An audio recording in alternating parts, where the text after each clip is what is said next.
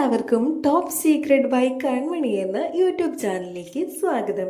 ഞാൻ ഇന്ന് വന്നിട്ടുള്ളത് ചെമ്പനീർ പൂവിൻ്റെ വരാനിരിക്കുന്ന തകർപ്പിൻ്റെ എപ്പിസോഡിൻ്റെ റിവ്യൂവുമായിട്ടാണ്. ഇതുവരെയും ചാനൽ സബ്സ്ക്രൈബ് ചെയ്യാത്തവർ പെട്ടെന്ന് തന്നെ സബ്സ്ക്രൈബ് ചെയ്യുക. എന്നാൽ നമുക്ക് വീഡിയോയിലോട്ട് കിടക്കാം. കഴിഞ്ഞ വീഡിയോയിൽ നമ്മൾ പറഞ്ഞിട്ടുണ്ടായിരുന്നു, സുധി കടക്കിണയിലോട്ട് മുങ്ങിക്കൊണ്ടിരിക്കുകയാണ്. സുധിയുടെ ഈ ബിസിനസ് എല്ലാം പൊളിഞ്ഞ് സുധി എല്ലാവരുടെ കയ്യിൽ നിന്നും പണം കടം വാങ്ങിക്കുന്നുണ്ട്. ആ സമയത്താണ് ശ്രുതി കുറേ മുന്നേ ആൻ്റണിയുടെ കയ്യിൽ നിന്നും പണം കടം വാങ്ങിച്ചിട്ടുണ്ടായിരുന്നു, അതും പലിശയ്ക്ക്. അത് ഇതുവരെയും ശ്രുതി തിരിച്ചു കൊടുത്തിട്ടില്ല. അത് വാങ്ങിക്കാൻ വേണ്ടി ആൻ്റണിയുടെ ഗുണ്ടകളും പോവാൻ തുടങ്ങുകയാണ്. ആൻ്റണി ഗുണ്ടകളോട് പറയുന്നുണ്ട്, ആ ശ്രുതി ഇതുവരെയും പലിശയും തന്നിട്ടില്ല, മുതലും തന്നിട്ടില്ല. അതുകൊണ്ട് ഇന്ന് അവളുടെ വീട്ടിലോട്ട് പോകണം. അവളെ വിളിച്ച് അവൾ ഫോണും എടുക്കാറില്ല. അതുകൊണ്ട് വീട്ടിലോട്ട് പോകണം. അവളുടെ ഭർത്താവിന് ഒരു ഷോപ്പൊക്കെ ഉണ്ട്. എന്നിട്ടാണ് അവൾ പണം തരാത്തത്. ആദ്യം ആ ഷോപ്പിലോട്ട് പോയി നോക്കാം, എന്നിട്ട് ഭർത്താവിനോട് ചോദിക്കാം. അയാൾ തന്നില്ലെങ്കിൽ നമുക്ക് നേരെ അവളെ എടുത്ത് തന്നെ പോകണം എന്നെല്ലാം പറയുന്നുണ്ട് ആൻ്റണി. ശേഷം ആൻ്റണിയുടെ ഗുണ്ടകൾ നേരെ പോകുന്നത് സുധിയുടെ കടയിലോട്ടാണ്. സുധിയോട് പറയുന്നുണ്ട്, നിങ്ങളുടെ ഭാര്യ പലിശയ്ക്ക് പണം എടുത്തിട്ടുണ്ട് ആൻ്റണി സാറിൻ്റെ കയ്യിൽ നിന്ന്, ഇതുവരെയും തിരിച്ചു കൊടുത്തിട്ടില്ല. അതുകൊണ്ട് അത് വാങ്ങിക്കാൻ വേണ്ടി വന്നതാണ് ഞങ്ങൾ എന്ന് പറയുന്നുണ്ട്. സുധി പറയാണ്, എൻ്റെ ഭാര്യ പണം കടം വാങ്ങിച്ചെന്നോ? നിങ്ങൾക്ക് ആൾ മാറിയതായിരിക്കും. എൻ്റെ ഭാര്യയുടെ അച്ഛൻ മലേഷ്യയിലാണ്, അവൾക്ക് പണം കടം വാങ്ങിക്കേണ്ട ആവശ്യമൊന്നുമില്ല എന്ന് പറയുന്നുണ്ട്. നിങ്ങളുടെ ഭാര്യ തന്നെയാണ് വാങ്ങിച്ചിട്ടുള്ളത്, നിങ്ങളുടെ ഭാര്യയല്ലേ ശ്രുതി എന്ന് പറയുന്നുണ്ട്. എൻ്റെ ഭാര്യ തന്നെയാണ് ശ്രുതി, പക്ഷേ അവൾക്ക് പണം കടം വാങ്ങിക്കേണ്ട ആവശ്യമൊന്നും ഇല്ല എന്ന് പിന്നെയും പറയുന്നുണ്ട് ശ്രുതി. നിങ്ങൾക്ക് പണം തരാൻ പറ്റുമോ എന്ന് ചോദിക്കുന്നുണ്ട്. ഞാനതിന് നിങ്ങളുടെ കയ്യിൽ നിന്ന് പണമൊന്നും വാങ്ങിച്ചിട്ടില്ലല്ലോ, വേറെ ആരോ വാങ്ങിച്ച പണം എന്തിനാ ഞാൻ തരുന്നത് എന്ന് ചോദിക്കുന്നുണ്ട്. എന്നാൽ ഞങ്ങളെ അവളുടെ കയ്യിൽ നിന്ന് തന്നെ വാങ്ങിച്ചോളാം എന്നും പറഞ്ഞ് ഗുണ്ടകൾ തിരിച്ചു പോകുന്നുണ്ട്. സുധി ആലോചിക്കുന്നുണ്ട്, ശ്രുതി പണം കടം വാങ്ങിക്കാനോ? ഇവർക്ക് ആള് മാറിയതായിരിക്കും എന്ന് പറയുന്നുണ്ട്. ആൻ്റണിയും ഗുണ്ടകളും നേരെ പോകുന്നത് ശ്രുതിയുടെ വീട്ടിലോട്ടാണ്. വീട്ടിലോട്ട് ചെന്നതും ചന്ദ്രമതിയെ കാണുന്നുണ്ട് ആൻ്റണിയും ഗുണ്ടകളും. എന്നിട്ട് നേരെ സിറ്റ് ഔട്ടിൽ കയറി ഇരിക്കുന്നുണ്ട്. ചന്ദ്രമതി വന്ന് ചോദിക്കുന്നുണ്ട്, നിങ്ങളൊക്കെ ആരാ, നിങ്ങളൊക്കെ എന്തിനാ ഇവിടെ വന്നിരിക്കുന്നത് എന്ന് ചോദിക്കുന്നുണ്ട്.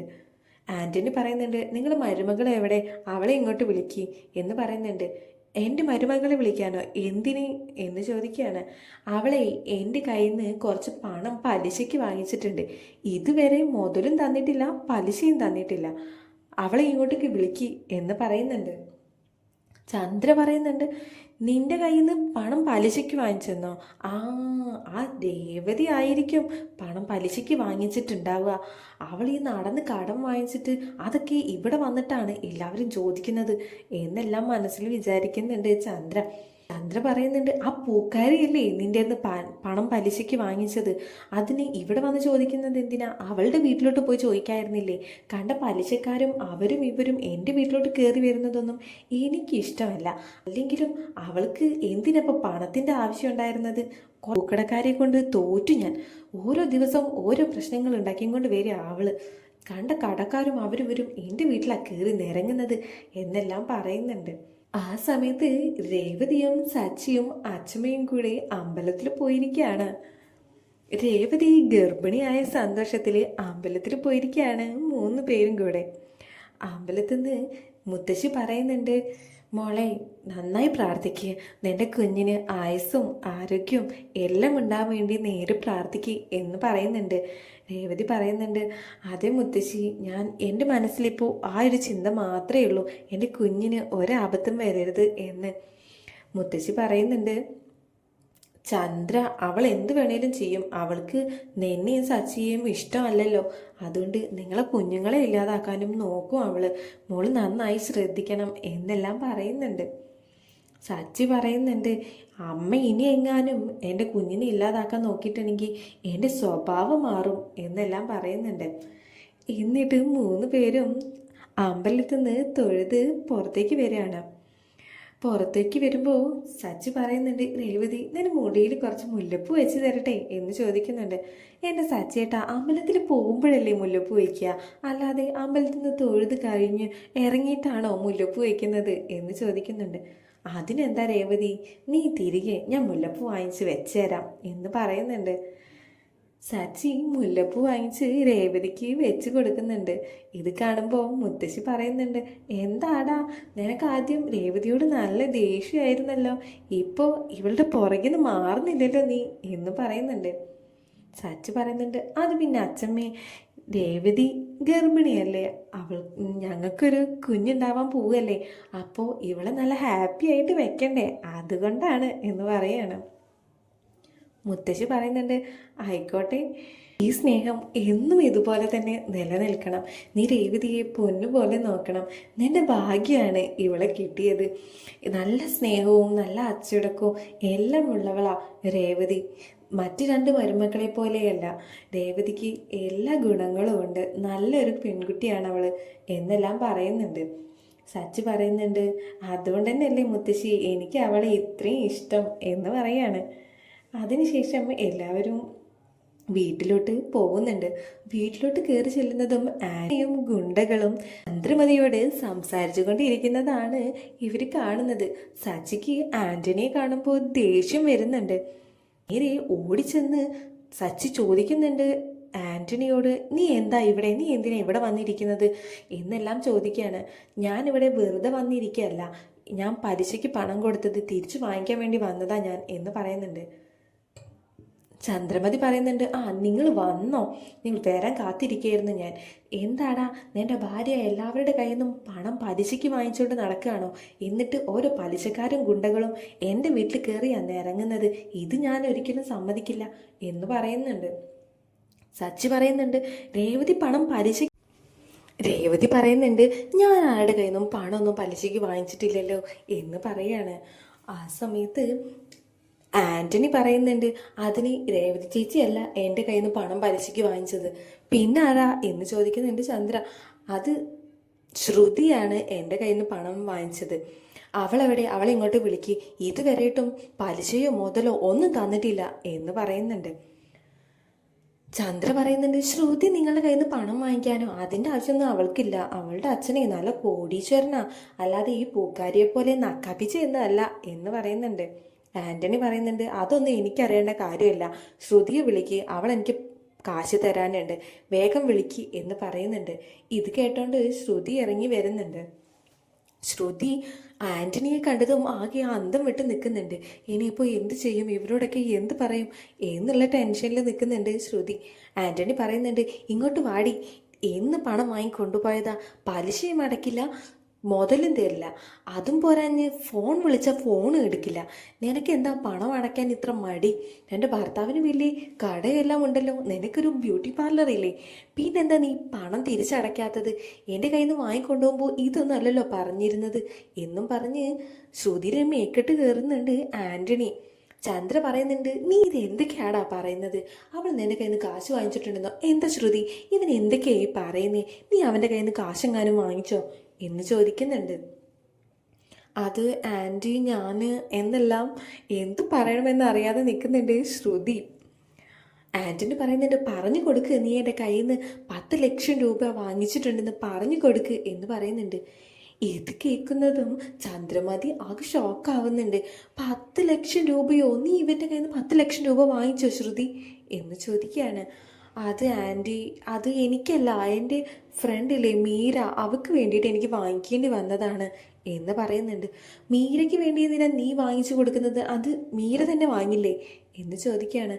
അത് ആൻറ്റി, അവൾക്ക് കുറച്ച് പ്രശ്നങ്ങളെല്ലാം ഉള്ളത് കാരണം ഞാനാണ് ആന്റണിയുടെ കയ്യിൽ നിന്ന് പണം പലിശയ്ക്ക് വാങ്ങിച്ചു കൊടുത്തത്. അച്ഛൻ്റെ കയ്യിൽ നിന്ന് വാങ്ങിച്ചു കൊടുക്കാൻ പറ്റില്ലല്ലോ, അച്ഛൻ ജയിലിലല്ലേ, അത് കാരണം അച്ഛൻ്റെ കയ്യിൽ നിന്ന് വാങ്ങിച്ചു കൊടുക്കാൻ പറ്റാത്തത് കൊണ്ട് ഞാൻ പലിശയ്ക്ക് വാങ്ങിച്ചിട്ടാണ് കൊടുത്തത്. അത് അവൾ അടയ്ക്കാമെന്ന് പറഞ്ഞതാ, പക്ഷേ അവൾ അടയ്ക്കാതിരിക്കുമെന്ന് ഞാൻ വിചാരിച്ചില്ല. അങ്ങനെ ഒരു കള്ളം പറയുന്നുണ്ട് ശ്രുതി. ചന്ദ്രമതി പറയുന്നുണ്ട്, എന്നാൽ അവൾക്ക് വിളിച്ചിട്ട് വേഗം ഇവന് കാശ് കൊടുക്കാൻ പറ എന്ന് പറയുന്നുണ്ട്. ആന്റണി പറയുന്നുണ്ട്, ആ കാര്യങ്ങളൊന്നും എനിക്കറിയേണ്ട കാര്യമില്ല. എൻ്റെ കയ്യിൽ നിന്ന് കാശ് വാങ്ങിച്ചത് ശ്രുതിയാണ്.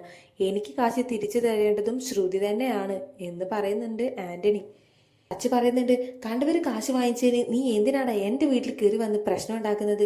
പിന്നെ നീ പണം പലിശയ്ക്ക് കൊടുത്തത് ശ്രുതിക്കാണെന്നുണ്ടെങ്കിൽ നിങ്ങൾ തമ്മിലുള്ള പ്രശ്നം അത് നിങ്ങൾ തീർക്കുക, അല്ലാതെ വീട്ടിലോട്ട് ഗുണ്ടകളെയും വിളിച്ചുകൊണ്ട് വന്ന് പ്രശ്നം ഉണ്ടാക്കുകയല്ല വേണ്ടത്. ഞാൻ പോലീസിനെ വിളിക്കണമെങ്കിൽ ഇവിടുന്ന് ഇറങ്ങിപ്പോക്കോ എന്ന് പറയുന്നുണ്ട്. ആന്റണി പറയുന്നുണ്ട്, എൻ്റെ കാശ് കിട്ടാതെ ഞാൻ ഇവിടുന്ന് എങ്ങോട്ടും പോവില്ല.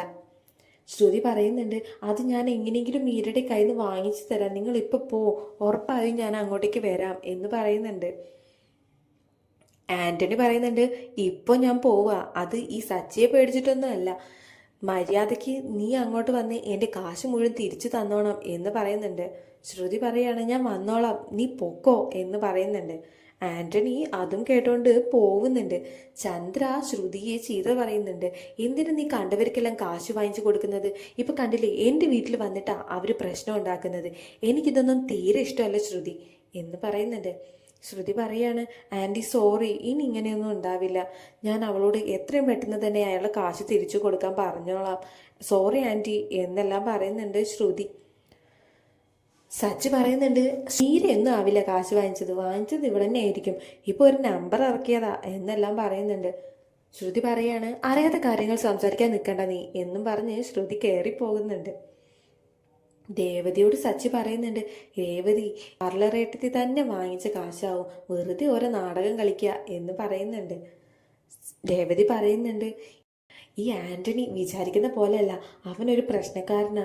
അവൻ്റെ കയ്യിൽ നിന്നൊക്കെ കാശ് വാങ്ങിച്ചു കഴിഞ്ഞാൽ അത് തിരിച്ചു കൊടുത്തില്ലെങ്കിൽ അവൻ എന്തും ചെയ്യാൻ മടിക്കില്ല എന്നെല്ലാം പറയുന്നുണ്ട്. മുത്തശ്ശി പറയുന്നുണ്ട്, കണ്ടില്ലേ, അവൾക്ക് ചന്ദ്രയ്ക്ക് ഏറ്റവും ഇഷ്ടം അവളുടെ ശ്രുതിയല്ലേ, എന്നിട്ടിപ്പോൾ നോക്ക്, ഓരോ ഗുണ്ടകളാ വീട്ടിൽ കയറി വന്ന് നിരങ്ങുന്നത് എന്നെല്ലാം പറയുന്നുണ്ട്. മോളെ, നീ പോയി റെസ്റ്റ് എടുക്ക്, അമ്പലത്തിലെല്ലാം പോയി വന്ന് ക്ഷീണിച്ചിട്ടുണ്ടാവും. നേരെ അടുക്കളയിലോട്ടൊന്നും കയറാൻ നിൽക്കണ്ട, ഞാൻ ഉണ്ടാക്കിക്കോളാം വേണ്ടത് എന്താന്ന് വെച്ചാ എന്ന് പറയുന്നുണ്ട്. മുത്തശ്ശി രേവതി പറയുന്നുണ്ട്, അതൊന്നും വേണ്ട മുത്തശ്ശി, മുത്തശ്ശിക്ക് വയ്യാത്തതല്ലേ, ഞാൻ തന്നെ ചെയ്തോളാം എന്ന് പറയുന്നുണ്ട്. അതൊന്നും പറഞ്ഞാൽ പറ്റില്ല, നിനക്കിപ്പോൾ റെസ്റ്റ് വേണ്ട സമയമാണ്, ഇപ്പോൾ നല്ല റെസ്റ്റ് എടുക്കണം. കുറച്ചും കൂടിയൊക്കെ കഴിഞ്ഞാൽ കുറേശ്ശെ പണികളൊക്കെ ചെയ്യാം, അത് കുഞ്ഞിന് നല്ലതാ. അതുകൊണ്ട് ഇപ്പം നീ പോയി റെസ്റ്റ് എടുക്ക് എന്ന് പറയുന്നുണ്ട്. സച്ചി രേവതിയും കൊണ്ട് അകത്തേക്ക് കയറി പോകുന്നുണ്ട്. ചന്ദ്ര പറയുന്നുണ്ട്, ഈ ശ്രുതി എന്തിനാ അവൻ്റെ കയ്യിൽ നിന്നൊക്കെ കാശ് കടം വാങ്ങിച്ചിരിക്കുന്നത്? ഇത് നീ രവിയേട്ടൻ എങ്ങാനും അറിഞ്ഞാൽ പിന്നെ അത് മതിയാവും ഓരോ. പിന്നെ രവിയേട്ടൻ വന്ന് ദേഷ്യപ്പെടാൻ. എനിക്കാണെങ്കിൽ ശ്രുതിയുടെ ഭാഗത്ത് നിൽക്കുന്നതിന് ഏത് നേരം രവിയേട്ടൻ്റെ കയ്യിൽ നിന്ന് ചീത്തയാ എന്നെല്ലാം പറയുന്നുണ്ട് ചന്ദ്രമതി. ഇത്രയുമാണ് അടുത്ത എപ്പിസോഡിൽ ഉണ്ടാവാൻ പോകുന്നത്. ഈ എപ്പിസോഡിൻ്റെ ബാക്കി ഭാഗവുമായി അടുത്ത ദിവസം വരുന്നതായിരിക്കും. വീഡിയോ ഇഷ്ടപ്പെട്ടാൽ ലൈക്ക് ചെയ്യാനും ഷെയർ ചെയ്യാനും കമൻറ്റ് ചെയ്യാനും മറക്കരുത്.